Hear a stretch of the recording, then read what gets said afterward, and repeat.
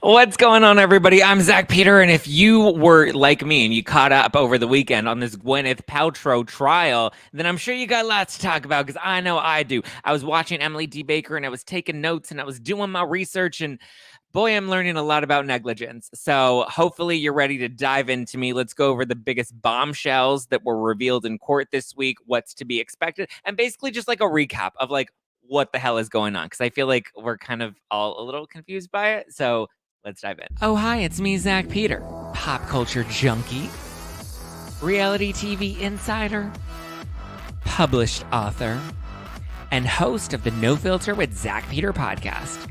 Here I'll bring you all the latest news on the Real Housewives, deep dives into celebrity legal scandals, and unfiltered combos with your favorite stars.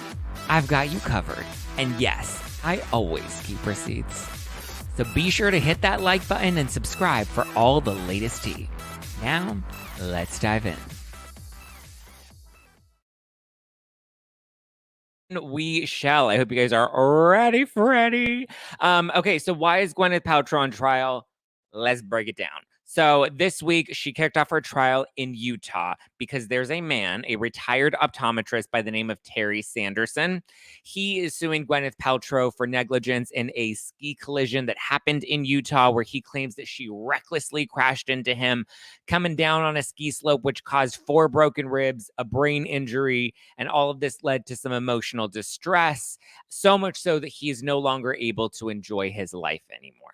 He also claims that after she crashed into him, she immediately left the scene and left him unconscious, face down in the snow for about 5 to 10 minutes. How you're unsure if it's 5 minutes or 10 minutes, I feel like that's kind of tough. I feel like 5 minutes and 10 minutes, there's quite a big difference, Every gentleman in the bedroom knows quite the difference between 5 and 10 minutes, and so do the ladies, I'm sure. But he was unconscious in the snow after getting struck from behind. But he remembers that it was Gwyneth Paltrow that's the one that struck him from behind and then left while he was unconscious. So, I have questions. When did this happen? All the way back in February 2016. So that's over 7 years ago at this point. He didn't even end up filing his lawsuit until 2019. And this is where he hosted a press conference announcing his plans to sue Gwyneth Paltrow for $3 million. The case has now moved to trial after, the past few years, and he is now only suing her for $300,000 in damages versus the initial $3 million. So she's now countersuing him for, drumroll please, get ready for it. She is now countersuing him for $1 plus the reimbursement of her attorney's fees. So all she's claiming that all she's getting from this trial is the $1 bill, and she wants him to pay back everything that she's paying for her attorneys right now. Her version of the events is very different from his version of the events. She claims that he's the one that skied into her from behind, which caused them both to fall over. She got upset with him for crashing into her, and then she yelled at him, "You crashed into my fucking back." To which he responded, according to her, "I'm sorry, I'm sorry, I'm sorry."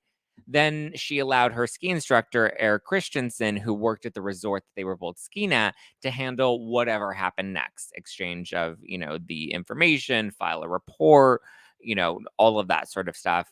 Christensen said, "I'll handle this. You go on." She's like, "Yes, I'm used to people kind of handling things. You have managers, you have agents, you have assistants that usually do that. So to me, it wasn't weird for me to, assume that he was going to take care of this, right?" Mr. Sanderson, the plaintiff, is now claiming that he has a friend that witnessed the whole thing and detailed exactly what happened, and that Gwyneth Paltrow was not paying attention because she was too busy watching her son, who was uphill. She was too busy watching him ski, which caused her to collide into Mr. Sanderson and smash him into the snow and then leave him there unattended for 5 to 10 minutes unconscious with his broken ribs. But I'm like, did you not check, like, the friend? I'm like, did you not check on your friend? Like, you just let Gwyneth Paltrow leave the scene while your friend was unconscious face down in the snow for 10 minutes? And that's like a long time to like leave your friend. Like, here's the thing. If I see my friend and I see somebody else, I can't tell if it's Gwyneth Paltrow or not, right? Because I'm assuming, with ski gear and whatnot. But anyway, you see somebody crash into your friend, like literally slam them into the snow. don't you immediately run over and you're like, first of all, hey, no, you're not going to just walk away from the scene. Like, we need to file a report. But then also that I'm also going to be checking on my friend and be like, hey, are you okay? Boom, boom, slap in the face, wake up. Okay, maybe not that. That's a bit dramatic. It's a bit of a hyperbolic stretch for comedic effect, but like, that's a long time to just leave your friend face down in the snow and allow Gwyneth Paltrow to just walk off and leave the scene. So at this point, the case is a he said, she said, because whoever is the one that was closest to the bottom of the ski slope is the one with the right of way. So up here, down here, Gwyneth is claiming this was her. Mr. Sanderson is claiming this was him, and the other person came and crashed into them. Whoever, basically sort of like a vehicle collision. Like, if the person behind is the one that strikes the person in front, they're the ones that are responsible because the one in front of you has the right of way. That's the case in this situation, and according to the laws of the ski slopes, this is where we're at. So Gwyneth Paltrow took the stand on Friday. Mr. Sanderson is set to take the stand next week. And so far, we've seen Mr. Sanderson's friend who's come out, not the friend that witnessed we did see the friend that witnessed the incident, but we also saw another one of his friends come forward and talk about how, Terry's become a lot more angry and a lot more frustrated since the accident. He no longer enjoys his life since the accident. We've heard from Mr. Sanderson's neurologist, Dr. Bomey. He's talked about his, brain condition prior to the accident and since the accident. We've also heard from two of Mr. Sanderson's daughters who testified to his behavior and his quality of life post-accident. Now, I do believe that he had an accident, and the accident likely led to a TBI, a traumatic brain injury. I believe that. But I don't know if I'm fully convinced that Gwyneth Paltrow is the one at fault for the accident and that, it's going exactly how he's claiming that it's going. She's very clear that he slid into her back and knocked them both over. And she also claims to have possibly fallen on top of him as a result of the collision, but she did not cause the collision. And because she didn't cause the collision and she was the one in front of him, she claims that she had the right of way and he's the one that crashed into her. She doesn't claim to have any major injuries. She said that she was a little sore. She decided to take off the rest of her ski day, resulting in her losing a full day of skiing, which she paid for. She paid for the full day. Now, a lot of people are trolling her about this, and I get it. It's funny for her to be like, yeah, the most damage I had was losing half a day of skiing. It's funny. It's cute. It's cheeky. Some people are standing her for it, and I'm kind of like, yeah, stand her. But at the same time, like, yes, that is technically the damage that she's claiming in her countersuit, but this is a big key piece of her case because this is a negligence case. And in any negligence case, you have to prove, in order to prove negligence, you have to be able to prove damages. So technically, this loss of fee that she had to pay for a full ski day is considered the damages here. There has to be some sort of monetary damage. Now, as I mentioned earlier, she's not suing for the full cost of the ski day. She's only suing for $1, which is pretty much, it's a symbolic, number. She doesn't really care to get that $1. She doesn't really care to get the full ski day paid back. She doesn't care about the money. All she really cares about is Mr. Sanderson wasting her time and dragging her name through the press by putting on this whole ruse of a lawsuit. She's also wanting him to reimburse her for her attorney's fees, which again, she doesn't need. But listen, if I had to go to court after you crashed into me and now you're dragging my name through the press and you're taking me to court, like, yeah, I would be a little pissed and be like, yeah, I want you to pay for my attorney's fees too. So her attorney Owens, I wouldn't say he's that great though. He's definitely like not serving Elle Woods. He's kind of all over the place in his arguments and his line of questioning, and it's also like unclear what points he's trying to make in some of his line of questioning. You can visibly see her get a little annoyed and frustrated with him at times. You can just kind of see it in her face. At one point, I guess she even told him to land the plane during his questioning of one of Sanderson's daughters. She said this to him during the recess, but he then, after the recess, came back into the courtroom and announced, he's like, yeah, I'm going to wrap up my line of questioning here because my client would like me to land the plane. So I thought that it was kind of odd that he even bothered to reveal that in court, but whatever. So how she ended up with him, who knows? Because he's really not amazing. I'm thinking like Gwyneth Paltrow has a lot of money and a lot of resources that she can hire a really good attorney. Like, she could hire Robert Kardashian if she wanted to, but she ended up with Owen. So I mean, cute for him. The Sanderson, his legal team, they've got a little more charisma. There's one woman, the one that ended up questioning Gwyneth Paltrow when she actually took the stand. She had some better direction of, like, what she was trying to accomplish. She had a little more spunk. She seemed a little more, I mean, she was definitely flustered and she seemed to be a fangirl, but she seemed to have a little more control over at least the direction that she was trying to take the line of questioning in. There was this, like, odd moment where, she, like, wanted to reenact the collision with Gwyneth in the courtroom for the jury to watch, which was kind of weird, and the judge denied it. She, like, wanted Gwyneth Paltrow to come off the stand and, like, act out this weird collision. And I'm just like, this is interesting. One, you're not on skis. You don't have a helmet on. You don't have goggles on. You're on a flat level, whereas if you were on a slope, it wouldn't be a flat level. So it was just weird that she would want to, like, reenact a collision where she would basically be putting her body up against Gwyneth Paltrow's body and potentially knocking her over in some weird way. But the judge denied it. Some other bits that made headlines were when Gwyneth was claiming that she thought that she was experiencing a sexual assault or possibly a practical joke.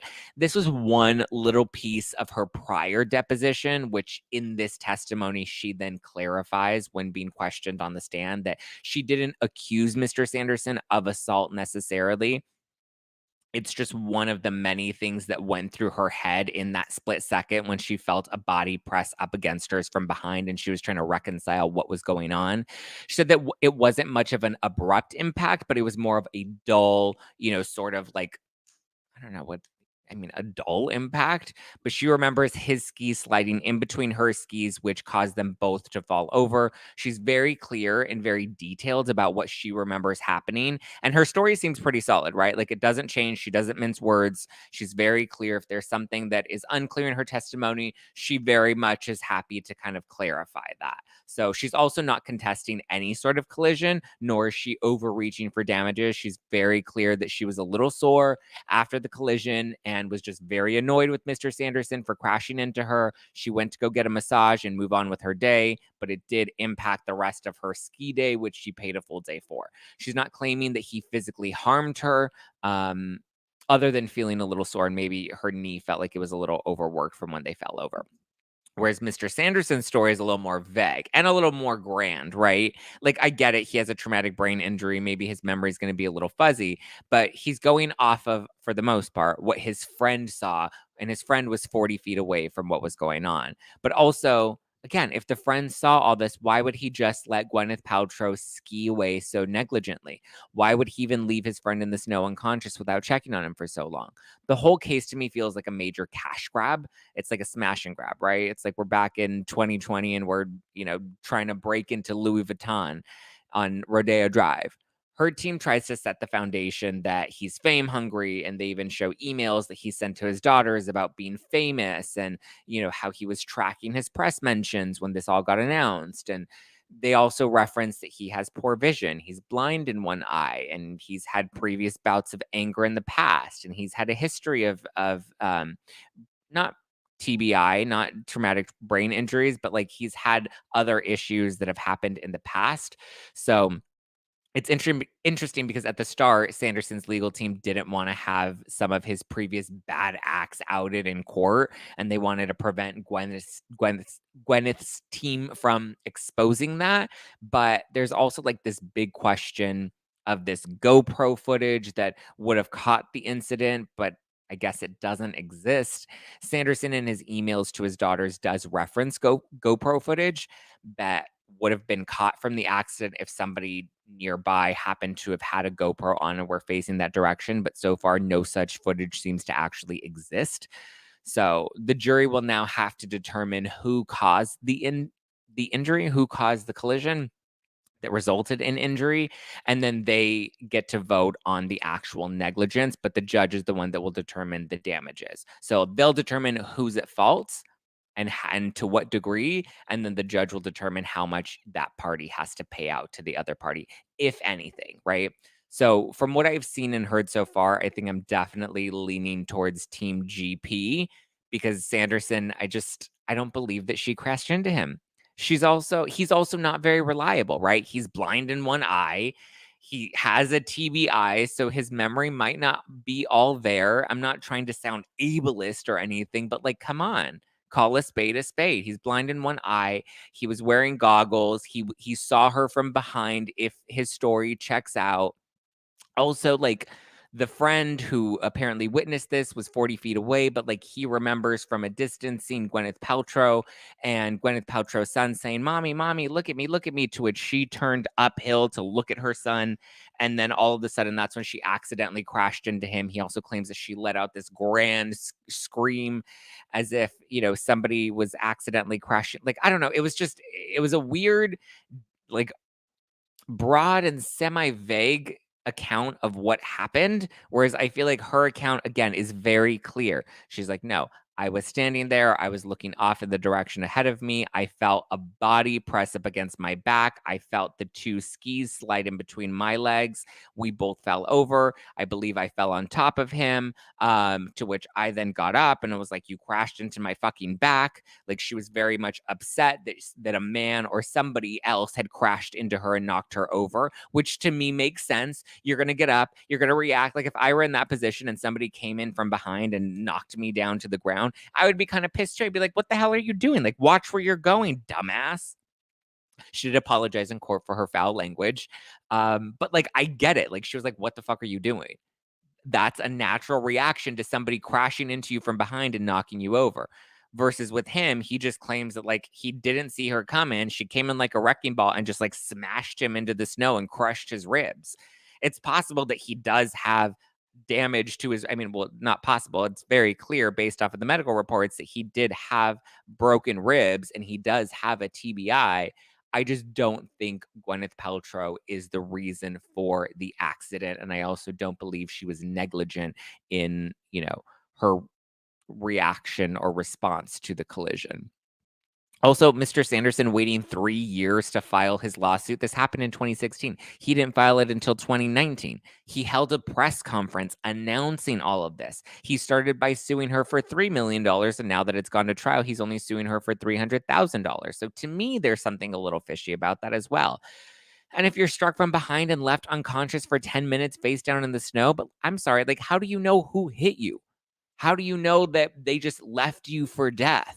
I'm sure his injuries are real. I'm not trying to take that away from him. I'm sure the testimony from his friend saying that his quality of life is different. I'm sure his testimony from his daughters who claim that their dad changed and he was no longer as friendly and he seemed a little more distant and a little more abrupt and abrasive.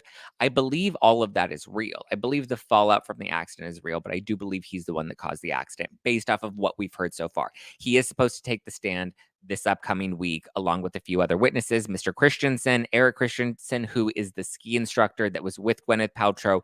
He's one of the other witnesses. So Gwyneth has Christensen, and then Sanderson has his buddy that was there. Those are the only two people that are claimed to have witnessed the actual collision.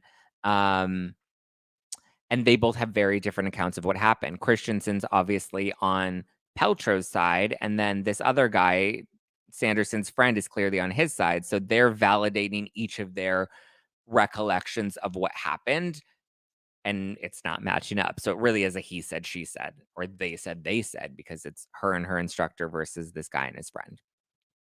But to me, it's a very clear case. It's pretty cut and dry negligence case. Either she wins her case or there's not enough evidence for either of them to win. But I don't envision in any world Mr. Sanderson wins his 300,000 against her. I just don't think, so far from what we've heard, he's been able to prove that she caused this accident. So if anything, I think they both walk away and it's a wash. But despite all of that, the trial is thoroughly entertaining. The case might not be as entertaining because to me, it seems like a pretty obvious cash grab case. But the trial itself, watching the live feeds, is very entertaining. I was thoroughly entertained binging it over the weekend.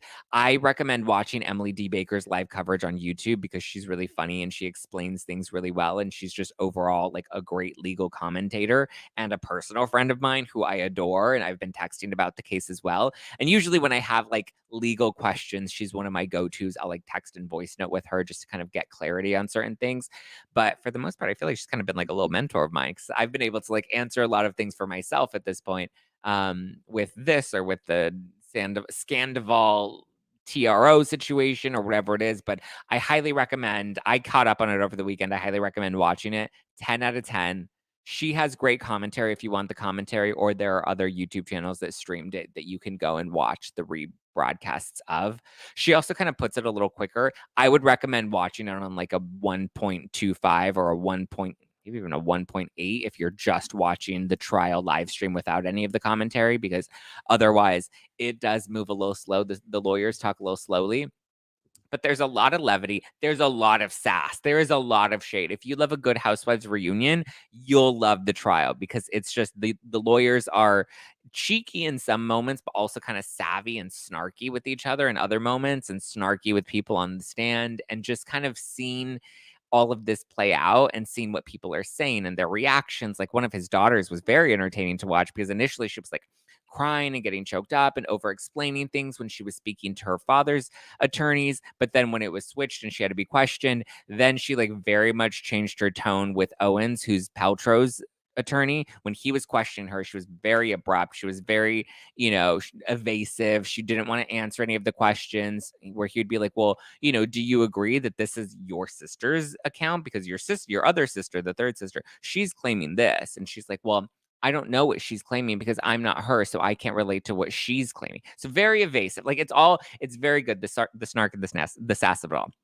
I feel like I should be like getting a promo card. I should be like, go type in Zach 20 to watch the Paltrow case for 20% off your free live stream. I just think it's fun and it's been enjoyable. I'll continue to recap it. I probably won't do like detailed recaps. Maybe I'll do like a weekly update recap, but the trial will continue throughout this week. Paltrow has already testified. So we have Christensen coming up. We have Mr. Sanderson, who's going to be coming up as well. I know Brad Falchuk, her husband, and both of her kids are coming to court this week as well. So I would imagine after Wednesdays, it's probably going to get a lot more interesting. But leave Kelly Ben-Simone's friend Gwyneth alone. Okay, let's see. How are you guys feeling about all of this? What's going on? Hi, Witness, totally suspect, perfect, just what I needed right now.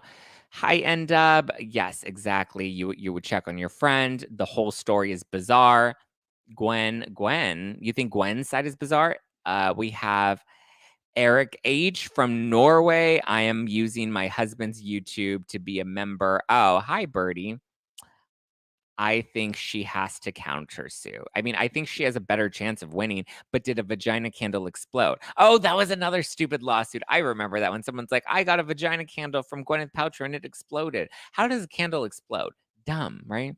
She must claim something to make the claim. Yes. Her attorney seems to like that he's mocking the story at times, and it's a bit offensive. Her attorney seems like he's mocking the story a bit. Well, I mean, come on. Like, it's a stupid story. I would mock it too. Someone testified that Terry has been obsessed with this case and it's all weird. Yes, he has been very obsessive over it, and I think the fame of it all is enjoyable. We have $1 versus 3 million. Well, he's no longer suing for 3 million. He's now only suing for 300,000. So we have $1 versus 300,000. I wouldn't be surprised if she wins, and instead of giving her the $1, he actually awards her the full ski day that she was entitled to, and possibly even if they are able to provide the receipt for the massage she received, I wouldn't be surprised if the judge gave her that as well. Just because, like, in the fairness of it all, total waste of time and resources. 300,000 will cover his legal fees. Absolutely. Zach Peter is wrong. He's suing for 3 million. Okay, excuse me, TR. Before you come into my live stream and tell me that I'm wrong, maybe you should get your eye checked, get your head checked, and get your facts checked. Okay, not today, fingers. Not today, wrists. He was suing for 3 million, but he is no longer suing for 3 million. He is now only suing for 300,000. Oh, she's an entitled B. I mean, listen, Sherry, you can dislike Gwyneth Paltrow and also realize that she's not legally responsible for the collision, right? Two things can be true. She can be, you know, an entitled person in general and maybe not very likable, but that doesn't mean that she is culpable of the negligence that is being accused of her at trial. Maybe she should offer him a vagina scented candle. I'm sure he would enjoy it. I'm sure he'll host a press conference for it. agree, Zach. The lawyers are funny. They're funny and sometimes not even intentionally funny, right? I have a problem with two great big man skis through her legs. There can't be so much room for such a precise thing to happen. 1 in a million odds. Possibly 1 in a million odds, but if you're saying the odds are 1 in a million, that means that there is still a likelihood. There still is a possibility. Now, it's unclear. It's possible that maybe not both of his skis slid in between her, but you also have to remember when you're on the snow, it's not like you're standing on concrete, right? Where it would be a little difficult for somebody to get their legs in between your legs and to split them open. However, when you're on the snow and you're on skis, yeah, that is possible. Your skis can slide apart, your skis can slide one way or another. I've been snowboarding, I've never been skiing, but I would imagine it's very similar that like if somebody kind of bumps you in some sort of way or positions even slightly positions your legs open, that is a possibility. It's possible that maybe only one of his skis went in between hers, but I do think it is kind of interesting because it's like if her legs aren't that far apart, I would imagine his legs didn't need to be that much far apart either. That is the strange part of her testimony. But she's very clear, like her legs were standing there and he came in between and he ended up sliding in between her legs.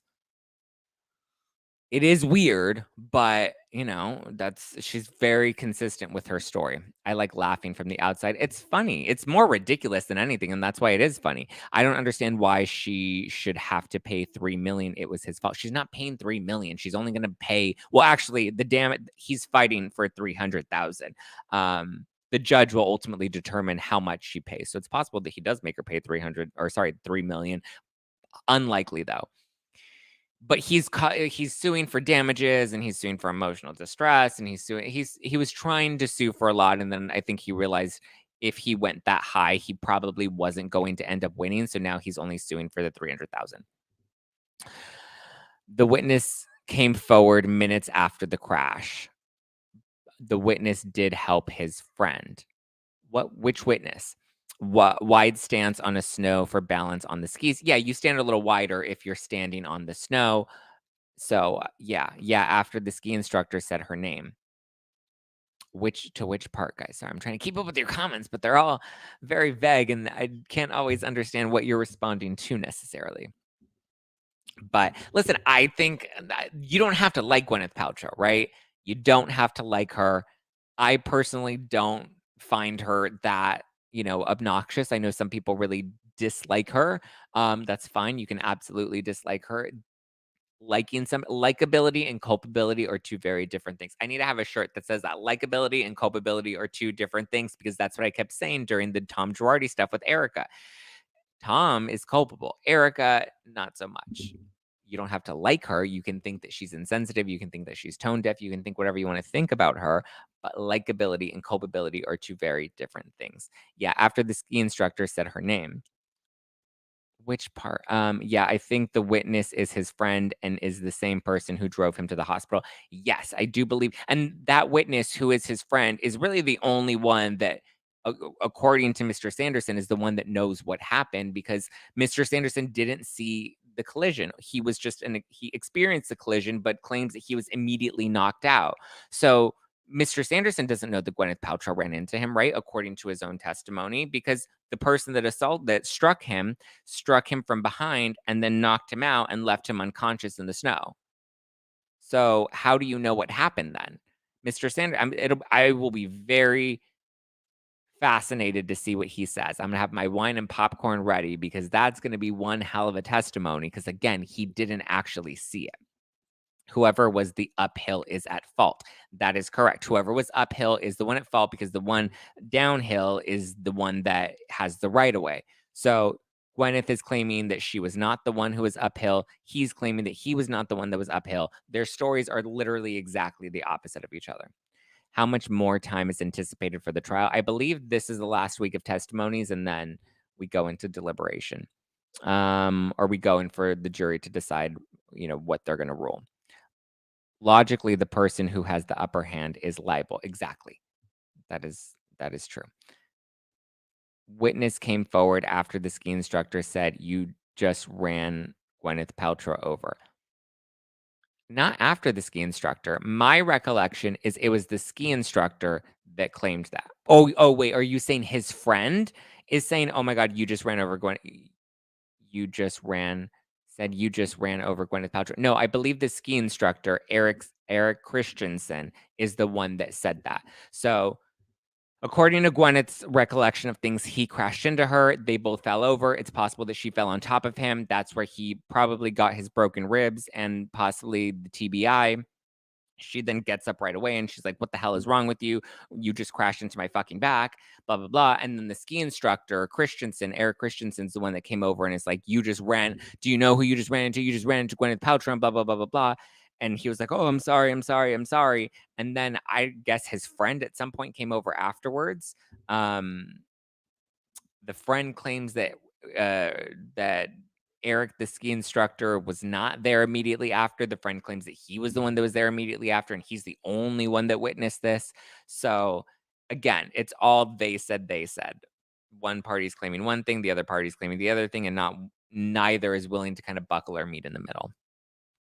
So, but the witness did help his friend.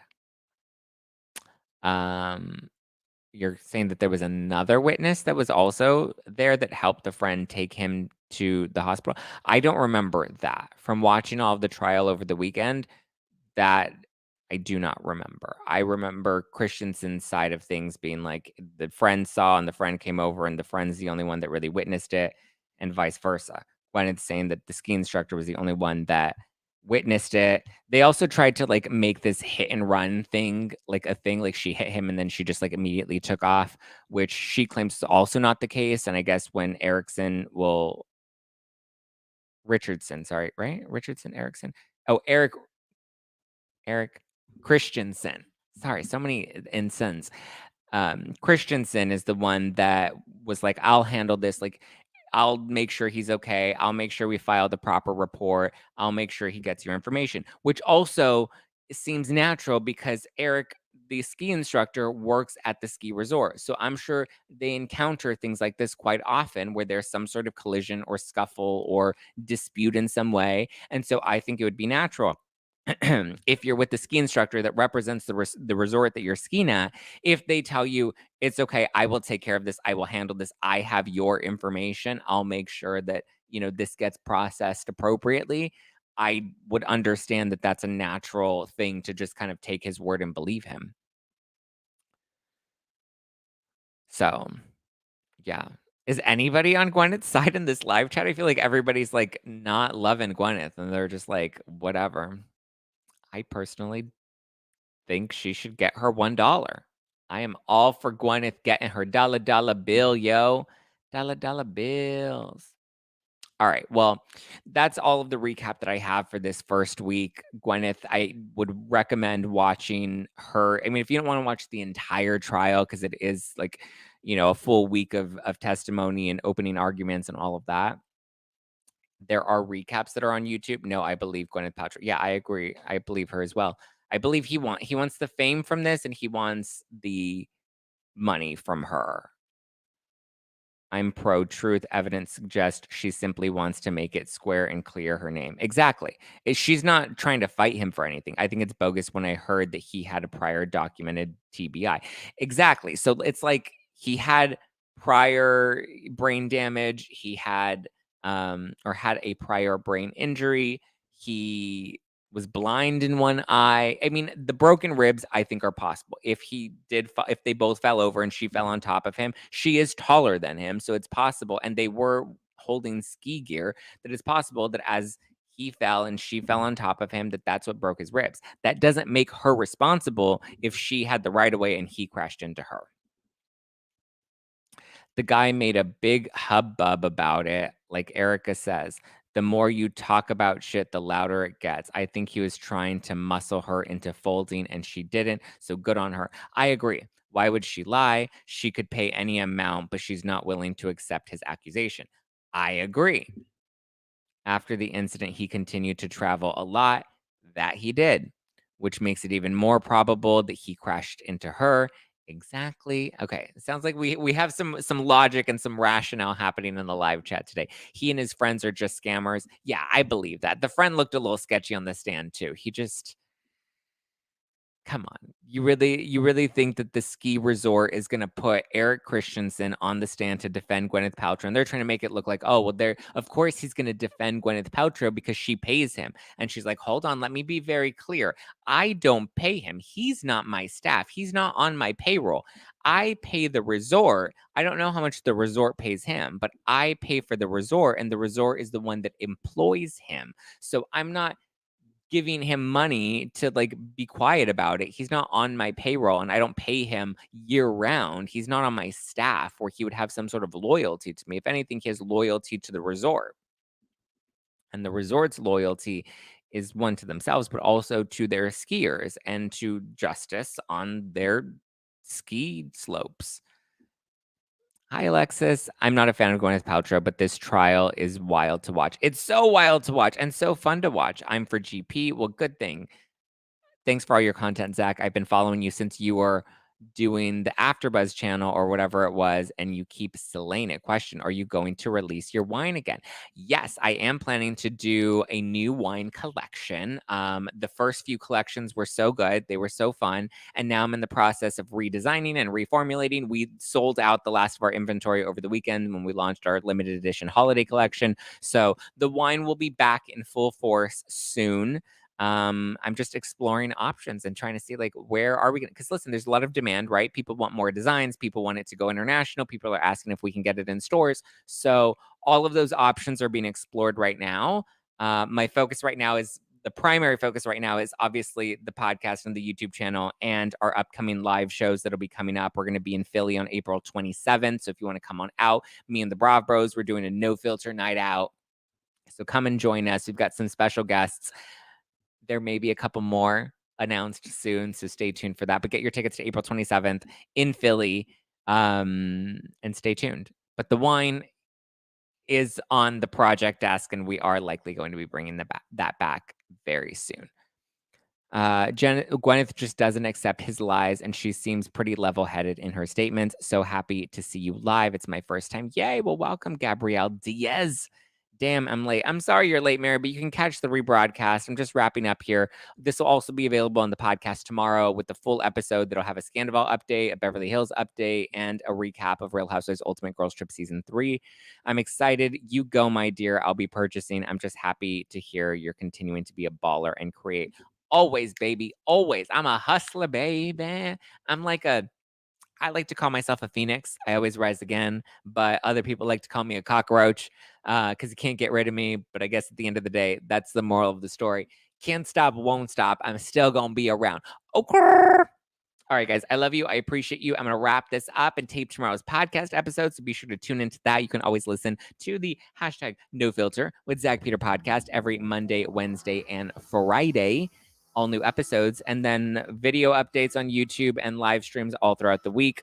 I will be kicking off Sunday live streams. So Sunday morning, early afternoon if you're on the East Coast, but Sunday morning if you're on the West Coast.